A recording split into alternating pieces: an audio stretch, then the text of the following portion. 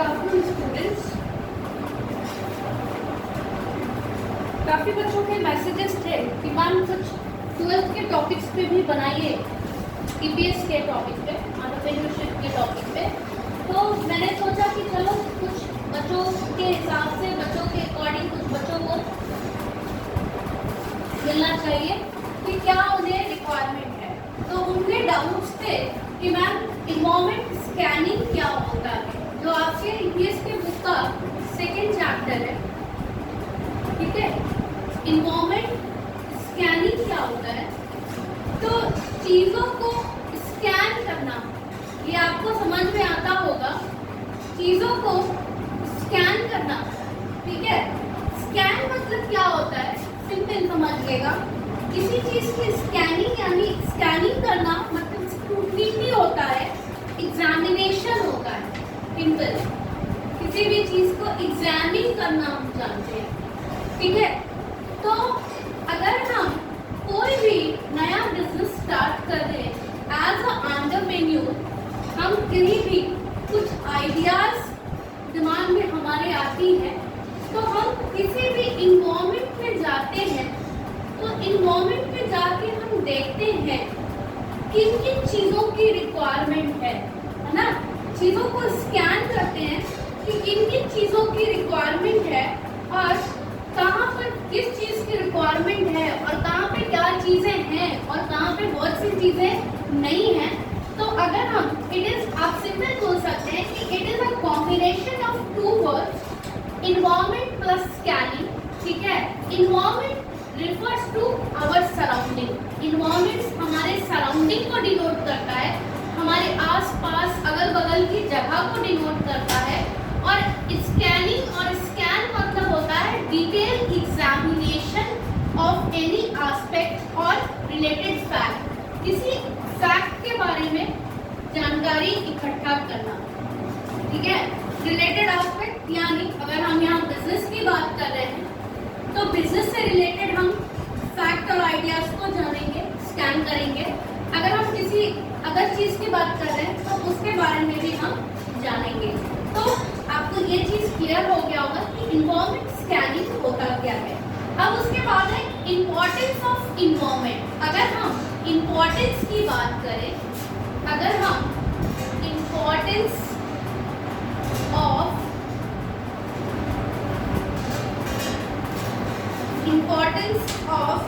Environment की बात करें तो आपके बुक के अकॉर्डिंग आपका जो फर्स्ट पॉइंट है, in quest of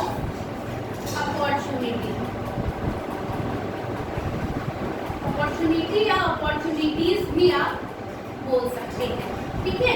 in quest of opportunities means what?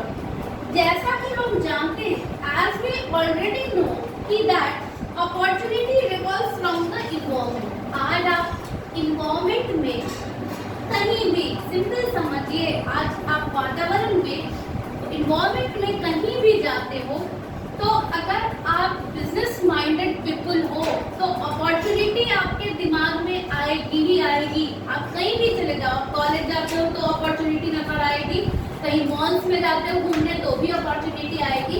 If you are a business minded तो आपके दिमाग में अपॉर्चुनिटीज आएंगी कि हम यहाँ पर कौन कौन सा काम कर सकते हैं, ठीक है। तो इम्पोर्टेंस की जब हम बात करेंगे, इन्वायरमेंट में इम्पोर्टेंस की, तो पहला आपका पॉइंट है in quest of opportunities. In quest of opportunities का मतलब है कि हम अपने सराउंडिंग्स में जहाँ भी जाते हैं वहाँ हम अपॉर्चुनिटी फाइंड आउट करते हैं। तो जब हमारी मेंटल एबिलिटी होगी, है ना, जब मेरा सोचने, समझने और देखने का नजरिया होगा, तभी हमें अपॉर्चुनिटीज नजर आएंगी अपने सराउंडिंग्स में। अब एक एंटरप्रेन्योर की जब हम बात करते हैं तो वो अपने सराउंडिंग्स में, है ना, अपने सराउंडिंग्स में अपॉर्चुनिटीज को खोज लेता है। लेकिन सबकी मेंटल एबिलिटी अलग अलग है। हो सकता है बहुत लोग इजीली निकाल लेते हैं, बहुत लोग सोच लेते हैं और बहुत लोग इजीली नहीं सोच पाते हैं, यानी नहीं निकाल पाते हैं कुछ भी अपॉर्चुनिटीज, ठीक है। सेकेंड पॉइंट है in maintaining the sustainability, in maintaining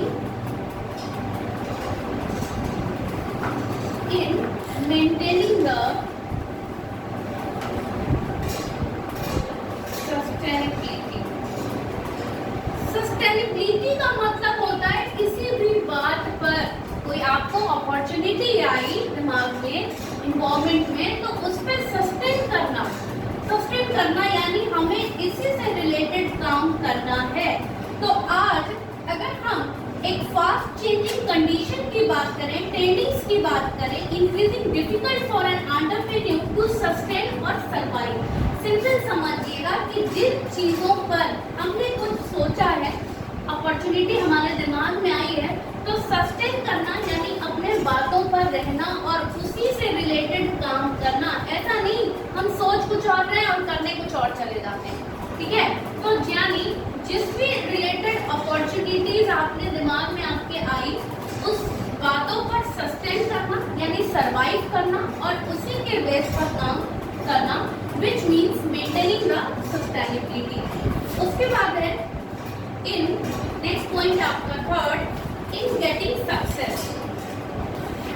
in getting success की जब हम बात करेंगे तो आप सिंपल बताइएगा कि इन्वॉल्वमेंट की बात हो रही है, सर्वाइवल की बात हो रही है।